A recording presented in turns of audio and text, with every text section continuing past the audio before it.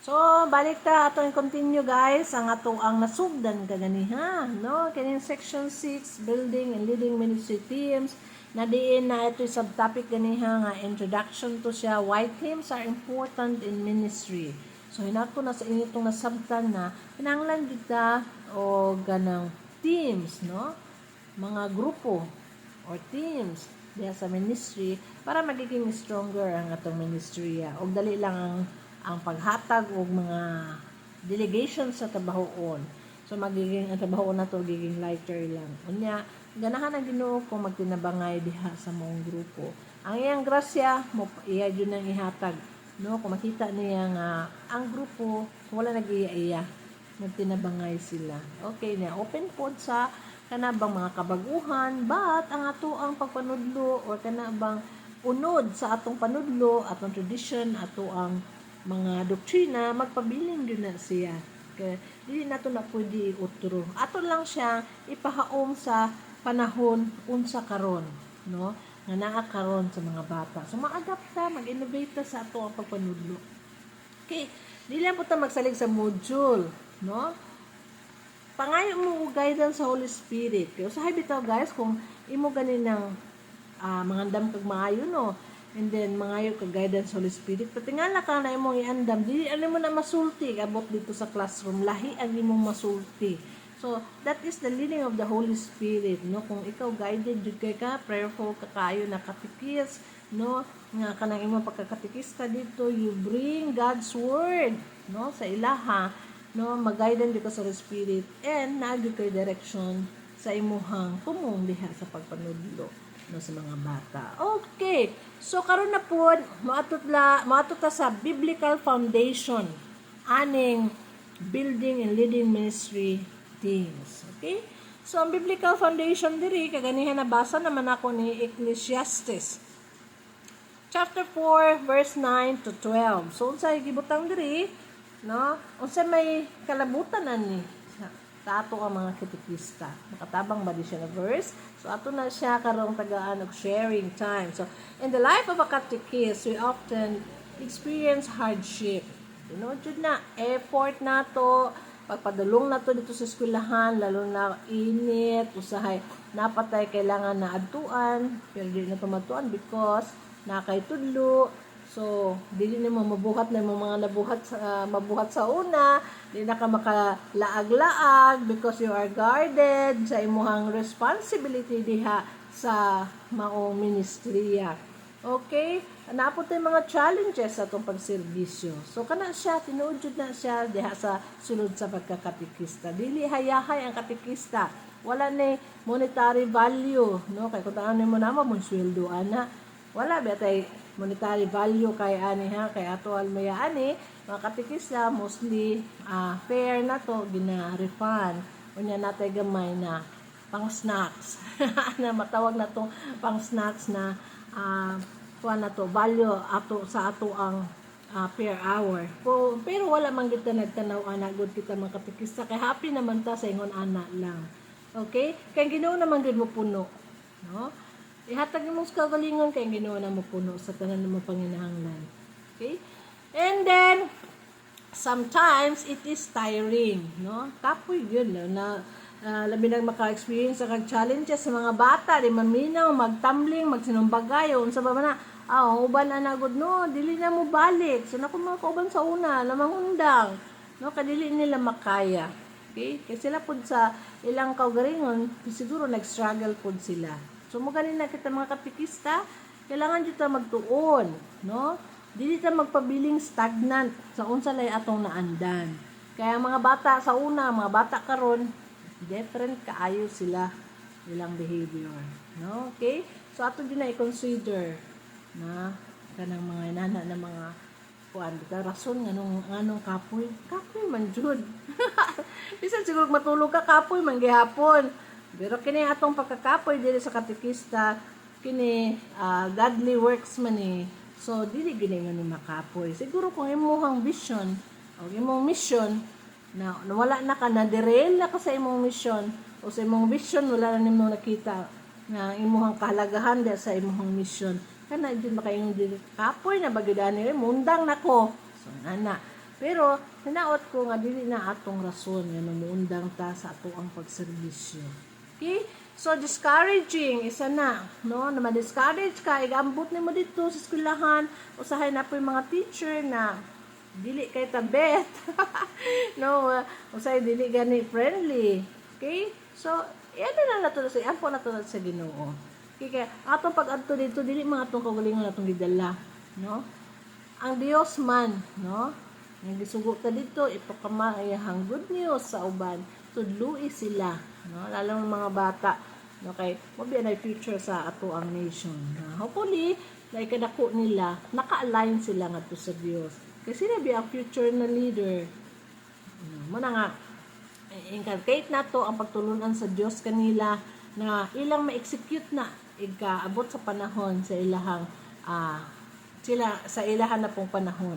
Nga diin na ilang natun-an dili lang academic, kundi napud sila spirituality sa ilahang pagtuon, na spirituality ang ilang pagtuon, nga diin sila mga Kristiyanos nga tinuod, nga nagbuhat og maayo ug nagpuyo isip mga good Christians. So, kana sila ang hope sa atong nation. So, tarungan gid nato na sila guys, o kana bang paghatag og mga pagtulunan. Okay, and also we feel alone in the mission. So, na times na inaana, makaingon ka nga, hala, wala na ko'y kauban diri sa school na ni. Kasi na ako makauban na kung katikis, ako lang man na diri. Na usahay pod. Sa imong pamilya, ikaw lang nagkakatikista din ha. Mura pag feel alone ka nga mo na imong mission. Usahay di pag masabtan, mag-question pag yun imong kauban sa pamilya, anong kana ang imong gipili.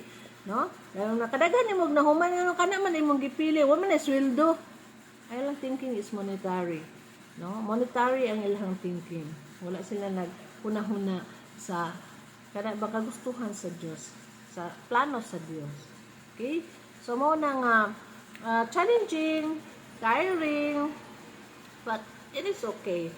So learn lang yun to adapt. Okay? And pray to God for more guidance and wisdom. But the Bible reminds us that ministry should not be done alone. So, ministry dapat yun na, hindi ka mag-inusara. Okay? So, mo to gingon diri sa Ecclesiastes 4, chapter 4, verse 9 to 12, teaches us that having companions in ministry not only lightens the work. So, kung natin kauban na sa ministry, nagtinabagay mo diha, makalighten din na sa work. Dili bugat ang trabahoon. Kaya nagtinabagay man. It is also bring strength. No, ako nang gibalik ka ganiha nga makahatag og kusog, makahatag na og hope, pag-asa, o makahatag nag success, no? Sa tanan ng mga gimbuhaton diha sa atong ministry, no? Sa simbahan. Okay? Kung naa mo din nagkahiusa. Okay? It shows that true ministry is based on unity. So muna ang tinuod na ministry ako no is nag-based na o nagsukad na siya sa pag naghiusa. So maunsa man ang ministry diha kung nagwatak-watak mo dili na siya nagkahiusa. So murag wala, dali lang ma-failure gud siya no. Kay fragile kaayo siya.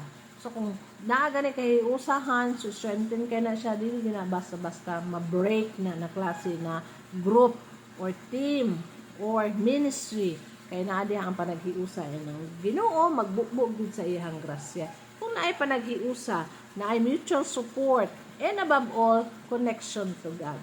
Okay? Dili pod maayo kung namoy ministry but putol mo sa connection sa Ginoo.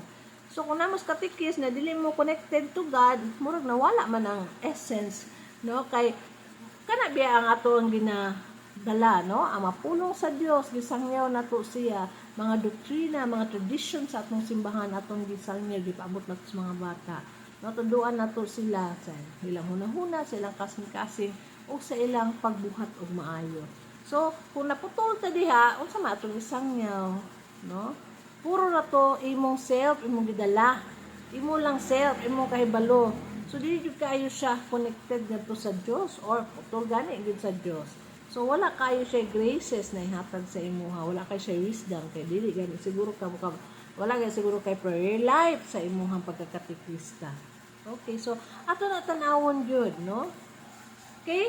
So now let us discuss each part of the passage and how it guides us in our service as catechists. So atong tanawon ng Ecclesiastes chapter 4 verse 9 to 12 kung sa may matabang ani sa tuang grupo sa katekista kung or asa makadapit na nagkatekista karon. So kini this is addressed to all.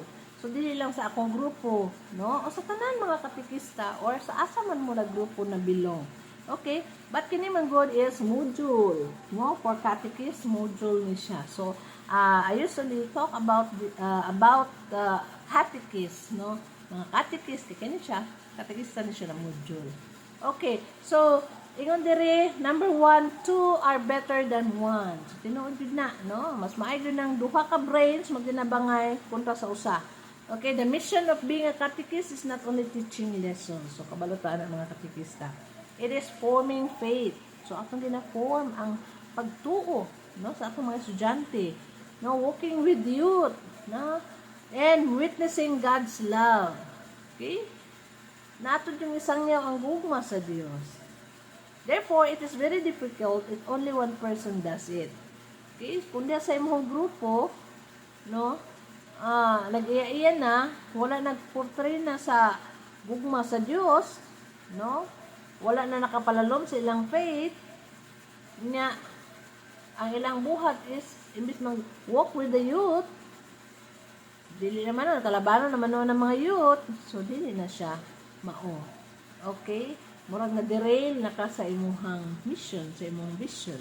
Okay, so benefits sa collaboration. So sa may makuha nimo kung kamo magtinabangay, mag-collab mo sa inyong mga gifts, mga abilities, mga talents. Number 1 is faster ang work. Okay? Dali lang kaayo mahuman ang trabaho kung diha nagtinabangay mo diha sulod sa katekista. Okay? With a partner, time is maximized and preparation is more organized. Ako, organize ko, amin jud ko na gusto na ko, kung ako maghatag og input, maghatag ko og recollection, gusto jud ko organize ang dagan sa ako ang talk, magdagan sa akong classroom, dagan sa ako ang recollection.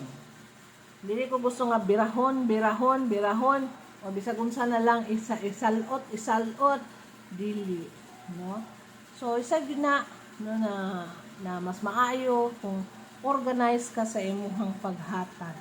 And preparation, ayaw jud taking for granted imong preparation, imong prayer, no, prayer pag-ampo nimo, iampo nimo imong mga estudyante o imong mga participant na recollections, imong kauban ang imong talk, ang imong input, tanan iampo nimo na, no, nga i-organize nimo pud na para ma-maximize nimo ang time. Kaya kung dili organize ang imong recollection, bira diri unya ang time.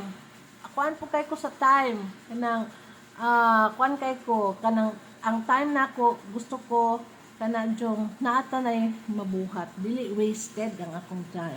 Because ang mga bata diha kung mag-recollection sila, dili ba na sila everyday mag-recollection, tagay gyud na sila recollection na fruitful siya, na makadevelop, na makaingon din sila, hala kagwapo sa akong recollection, na meet din ako ang Ginoo, na-experience na ako ang Ginoo kaganiya. So muna, no, na maka-experience sila sa Dios. So muna tagay sila o ginana. So inana ko nga muna nga gusto ko nga akong recollection organized yun na siya. No, dili ko gusto nga bisag unsa na lang isalot dira. Okay, gikan sa activity, gikan sa prayer yun na. Dili jud ko musugod kung wala jud ang mga pag-ampo para liturgy, no? Ako jud ang ginabuhat because walay prayer, walang Ginoo dahil og nimo. Kayos kaya mga bata, lahi ba mga bata, kanabi po kay mga bata na usahay na sa imong class, mga special needs, no, na mga special needs. Na pero functional na sila mo na ginasagol na sila sa mga bata nga normal. Pero kung naa kay mga pag-ampo, dali na lang nimo na dalhon, no? Kaya kung wala kay mga pag-ampo, ma-distract ka sila, mawala na jud ka. I'm sure gud na ana. Mawala ka sa puton ka na. Kay lahi biya ilahang needs, special needs yun sila kontra atong mga normal na mga bata. Okay, so muna siya na kailangan kag preparation. kailangan po ka organize. Bisag sa imong talk, kailangan ka organize. Haom sa ilaha na panahon. Ay paghatag og talk na unsa pila naman na ka years. Dili na siya applicable sa karon, no? Karon ka na kuan na panahon mo address ana. Okay, heavier burdens become lighter kung nakay collaboration. So ang burden impossible for one becomes manageable when shared. So muna kung imposible ang buhatonon sa ministrya, kung ikaw ra isa, imposible. Pero kung duhan mo, mamanage na siya. Okay, muna nga kana mga bugat na mga gibuhaton diha sa ministrya, magiging burdens na siya kung ikaw ra isa ka buhat. So muna magiging lighter na siya kung naamo diha nagkulab, nagtinabangay. So more frequent success, no, maghatag po daw ng more frequent success kung naamoy collaboration. Okay? Different talents produce more effective teachings. Okay? Sinuod na. No, kung kita mga katikista, kailangan din nato i-hone ang ato ang talent. No, dito maingon na, ay good lang ko sa kanta, diri lang ko sa kanta. No. Pwede po ka musayaw. No? Pwede po ka mag-talk. Okay? Pwede po ka mo-handle ani. Okay, dapat ta well-rounded ka kita mga katikis. Kung asa ta ibutang, ready ta kanunay. Okay? So muna kung magkikulab jud ka, no? Kaya na bang magtitabang ka sa imong isip ka katikis, dali lang gid ang trabaho. Magiging daghan ang successful na trabaho kung ikaw lang mag-inusara na. Kaya you cannot do everything, no? Limited lang po ang imuhang capacity. Duha ra na imong kamot, duha ra imong tiil na kung daghan kay trabahoon, asa man na kasi may mabuhat sa uban. So delegate jud na. So muna ang kailangan ta mag-collab, no? Magtinabangay diha sa grupo. So according to the General Directory for Catechesis, catechesis is communal by nature. Naagid na, no? Tinabangay diha sa grupo. No? Daghan mo communion of people. Okay? Meaning faith grows through fellowship. No? Not in isolation. Dili di ka mag-inusara kung dili mo mingle di ka sa uban. Not yung relationship with your fellow catechists. Okay? Si St. John Paul II said, the church needs you, but you also need the church. Nood na. Ang simbahan nang hinahanglan nimo. But, ikaw po nang hinahanglan po sa church. So, kung yung church, daghan jud ng katawhan. Okay? Daghan na o group of people. Okay, ministry always shared mission. Okay? So, muna nga, ministry, dili lang yun na ka ikaw lang. Kung dili, na-share yun ka sa imong mission. Dito nga to sa uban, o ikaw po,